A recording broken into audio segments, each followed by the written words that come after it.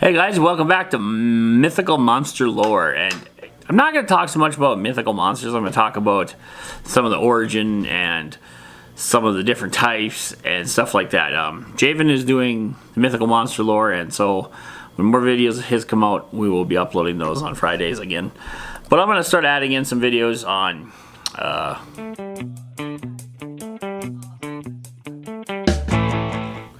different things of what you can expect that are monsters and stuff like that. And hopefully, throughout my few videos of the series, some of the stuff I talk about, Javen will be doing videos on. So, anyway, on to it. I will be working out of 5th edition. That's the latest edition, and that's the edition that I sell in the store. So, here we go. We're going to talk about what is a monster. Well, a monster is defined as any creature that can be killed, that can be interacted with, and potentially fought and killed. So that is everything from a frog, you know, little hoppy green things, to a unicorn, and anything in between. Pretty much anything that you have to interact with and deal with is pretty much considered a monster. The term can apply to humans, elves, dwarves, other civilized folks. Yeah, but most of the critters that we're going to be talking about are going to be nasties. As you've seen in some of the previous lore videos, there's been goblins and hobgoblins, bugbears, owlbears, undead. That's where we're at right now is the undead series, and that's pretty interesting to listen to.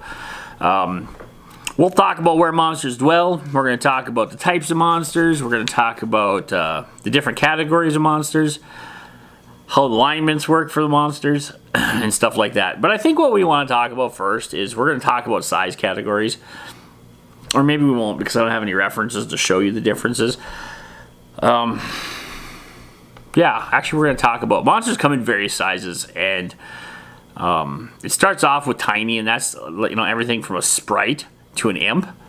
That's 2.5 feet tall, which is not very long. It's in 24 to 30 inches or so.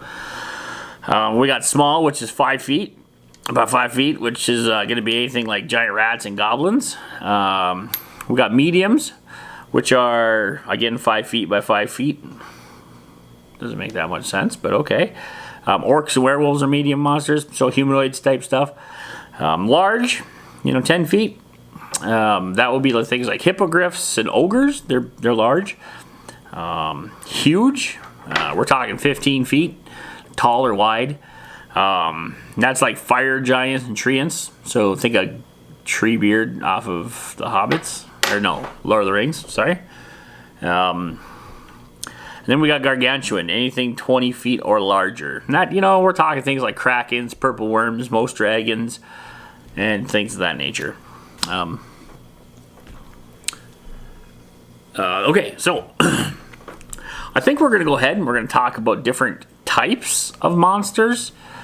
And what I mean by that is, so far, at least Javen so far has done things on goblins and then undead, and undead is a type. Goblins are not a type. Goblins are humanoids. So I'm going to just go alphabetically, like right out of the book, so it's pretty simple. If you ever want to rehash any of this, just go to your local game store, get a 5th edition monster manual, and you can read all this too. We're going to go ahead and start with number 1, aberrations.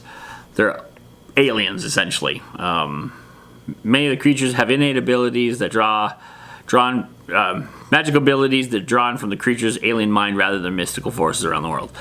Some of the most famous aberrations are beholders and slotty and mind flayers. Them are the 3 big aberration type critters out there. Beasts are non-humanoid creatures. Generally they're non-magical. They're just like things like wolves and bears and birds and hawks and stuff like that.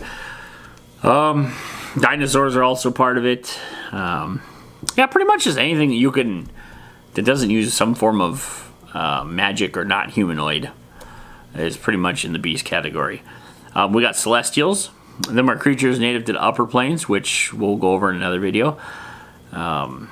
They usually are servants to deities and employed by messengers or agents in the mortal realm. So basically, if you run across a celestial, he's probably there working for one of the plane's gods, doing some stuff for you, doing some stuff for him. Maybe not having to interact with you. Maybe you just bumped into him, or maybe he's on a rogue mission to try and whip you. But who knows? Some of the celestials include angels and Pegasi, I guess how you would put it. So we're going to move on past that. We're going to go to constructs. Constructs are made. They're not born. They're things like golems. What else? Golems are pretty much the biggest thing of constructs. And there's all kinds of golems. There's flesh golems and stone golems and iron golems. And pretty much you can dream it. If it was made by a wizard, it's probably a construct. Warforged from 4th edition are constructs. They're also a player class, which is interesting. But anyway, moving on. The next one is dragons. They are large reptilian creatures of ancient origin and power, and they are pretty much an iconic fantasy creature. I mean, anybody who's played any tabletop RPG probably loves dragons, just because they're huge, intelligent, sneaky, they're colorful, they got personalities, they're devastatingly scary for the most part, and sometimes they can be your best friend, which is really interesting. But there are some that are not so powerful. There's some things like pseudo dragons, and wyverns and stuff are also considered in the dragon category. Next category is elementals. They're creatures native to elemental planes of air, fire, water, and earth. And yeah, so that's pretty much what elementals are. They're just, we've all heard of fire elementals, air elementals, earth elementals, blah, blah, blah. Also, things that included are invisible stalkers and water weirds. They're also considered elementals. And so, yeah, again, we're going to go over some of these in more detail, probably in more videos to come, but I'm just kind of setting this up so we can get an idea of what different types of creatures are out there, and then we're going to work off that. The next group is Fae, and they are basically forces tied to nature. And we're talking things like dryads, pixies, satyrs. Satyrs not a monster. It's anyway. So yeah, those are things. They're pretty much everything in the wild. So you go into the woods and you run across a pixie or a dryad or something like that. They're considered Fae.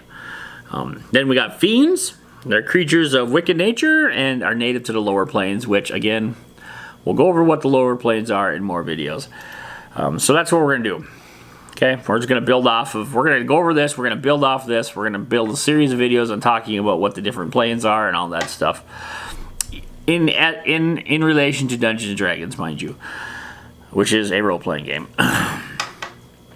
Evil priests and mages sometimes are considered fiends, but mostly fiends include demons, devils, hellhounds, rakshasas, and yeah, those nasty things. So yeah, pretty much anything that's from the undergrounds, Next group is called giants. Of course, kind of self-explanatory what a giant is. Giants are giants. There's 6 varieties of giants. Of true giants, anyway. You got hill giants, stone giants, frost giants, fire giants, cloud giants, and storm giants. Creatures such as ogres and trolls also sometimes are considered giants. Then we got humanoids, of course, which are pretty much everything that's not a giant or doesn't fit in any of the other categories. Basically, anything that's like gnolls, lizard folk, anything that lives in societies and tribes, generally on Earth, on the prime material plane, are pretty much humanoids. Most of them are fairly similar, have 2 arms, 2 legs, and so on and so forth. Most, not all. But again, we'll get into all that later. The other things are monstrosities, are terrifyingly frightening creatures. I guess that's the best way to put it. They don't really fit any other category. They're just mad science going bad, I guess. Products of bad curses and things like that, like minotaurs, Yuan-Ti, Medusa, I believe, would be a, well, she's more like a goddess or whatever, but demigod, whatever. But yeah, things are just crazy that don't have a category go into the monstrosity category. Then we got oozes. Oozes are things along the lines of like green slime, gelatinous cubes, puddings, so on and so forth. They basically just sit and go into subterranean dwellings and just basically float along eating stuff. Not float, but kind of ooze along eating stuff. And the second to last category is plants. Most of those are fungal. Sometimes there's some trees involved, some, carnivorous plants involved. And of course the last one's undead, which is what Javen's in the middle of talking about in his series. That's the kind of things. I mean, that's the kind of things I want to talk about. We're going to talk about some more other stuff. We're going to talk about some other stuff in this series, but I just want to kind of get what is a monster and describe what that is, which we did early in the video. And then we went over the different sizes. So we went from little itty bitty to giant supersize. And then we went over the different types. And during this series that we're going to be producing, we're going to talk about the different types in more detail. And we're going to talk about, like if I talk about constructs, we're going to go into detail on the golems a little bit. We're going to go into how they're made, who makes them, and some of the stuff like that. But for now, I just want to give you a rundown on the basics of it, so we have something to look forward to in the future, and all that good stuff. Go over some other stuff you can kind of look forward to.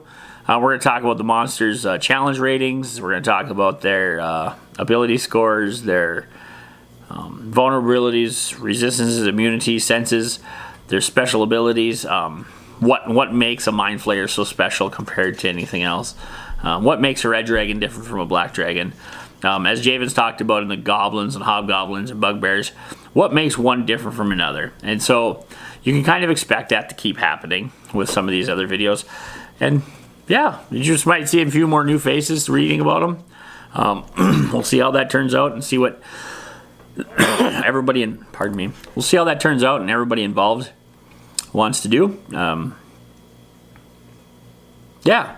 Anyhow, so yeah, that's what we're going to do. We're just going to talk about some 5th edition. I went over the basics, and so until next time, which is whenever it's going to be. So anyhow, thank you for watching the video, and if you want to see more on this series, subscribe so you can watch Javen and I videos on monster lore. And until next time, my name's Scott. You call me Guff. Signing off.